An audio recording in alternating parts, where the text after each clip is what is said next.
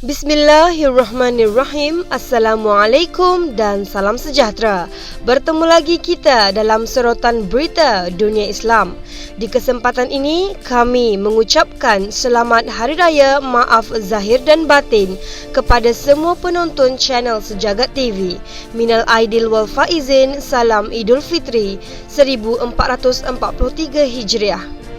Berikut berita penting dunia Islam sepanjang 28 April hingga 4 Mei 2022. Diskriminasi terhadap Muslim Amerika meningkat sebanyak 9%. Rakyat sedunia sambut Hari Quds dalam solidariti dengan rakyat Palestin. Panik di lapangan terbang Israel, peluru yang tidak meletup sebagai cendera hati. Ketua Pasukan Quds IRGC memuji kejayaan operasi drone di atas wilayah yang dijajah.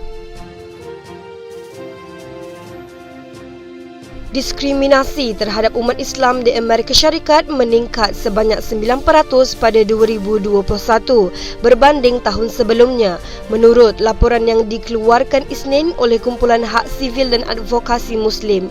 Pegawai dari Majlis Hubungan Rakyat Amerika Islam CAIR mengadakan sidang media untuk mengeluarkan penemuan laporan itu, bertajuk Masih Disyaki Kesan Islamofobia Struktural. Menurut laporan itu, CAIR menerima 6,720 aduan di seluruh negara tahun lepas, membabitkan pelbagai isu termasuk imigresen, diskriminasi perjalanan, penguatkuasaan undang-undang dan tipu daya kerajaan, insiden kebencian dan berat sebelah, hak penjagaan, insiden sekolah dan insiden kebebasan bersuara. Ini mewakili jumlah kes tertinggi yang dilaporkan kepada CAIR dalam tempoh 27 tahun. Peningkatan ini sangat membimbangkan, kata pengarah eksekutif kebangsaan CAIR, Nihad Awad pada sidang media.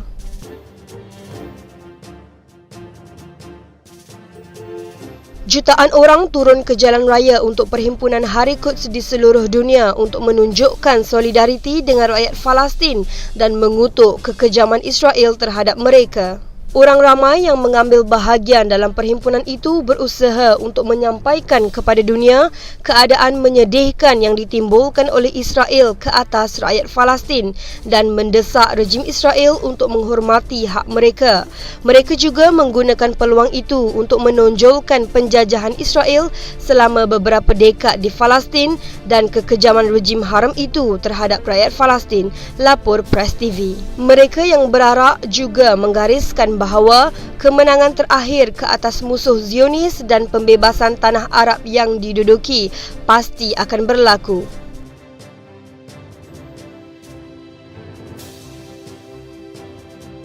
Rempuhan berlaku di lapangan terbang Ben Gurion di Tel Aviv apabila pelancong Amerika cuba untuk mengambil peluru yang tidak meletup melalui pemeriksaan keselamatan sebagai cendera hati, lapor media tempatan.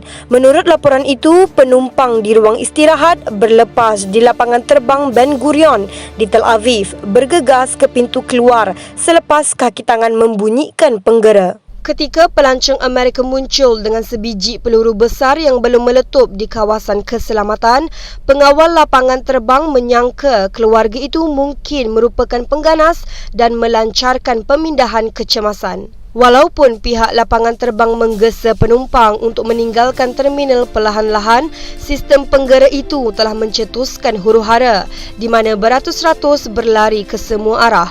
Laporan itu mengatakan bahawa keluarga tersebut telah menaiki penerbangan pulang mereka seperti biasa, tetapi terpaksa meninggalkan peluru itu.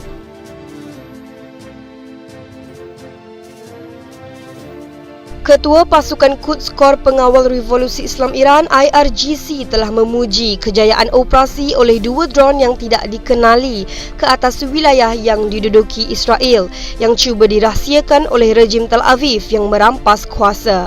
Brigade Jeneral Ismail Qaani telah memberi ucapan di Bandar Timur Laut Mashhad sempena memperingati Hari Quds antarabangsa pada hari Jumaat terakhir di bulan puasa Ramadan. Qaani berkata operasi itu berjaya dijalankan beberapa bulan lalu. Semasa operasi itu, katanya entiti Zionis telah menghantar 41 jet pejuang dan pesawat peninjau untuk memintas kedua-dua drone itu, tetapi mereka gagal. Pegawai IRGC menegaskan bahawa operasi drone itu telah meletakkan Israel dalam keadaan berjaga-jaga yang sangat tinggi. Walau bagaimanapun, rejim Zionis tidak mendedahkan kebenaran tentang apa yang berlaku dan kemudian berbohong dengan rakyatnya dengan mendakwa telah melakukan latihan mengejut. Rejim tidak cukup berani untuk memberitahu kebenaran tentang operasi drone itu, dari mana drone itu berasal, milik siapa drone itu dan apa yang sepatutnya mereka lakukan, kata Qaani. Mereka berbohong kepada kaum mereka sendiri. Mereka mengatakan yang mereka sedang menjalankan latihan. Sekian sorotan berita dunia Islam. Dengarkan kata-kata hikmah ini.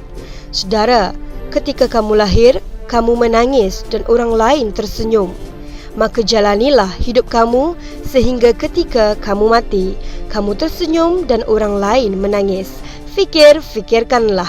Jangan lupa like, share dan subscribe channel Sejagat TV, Kebangkitan Islam Sejagat. Hingga kita jumpa lagi nanti. Assalamualaikum.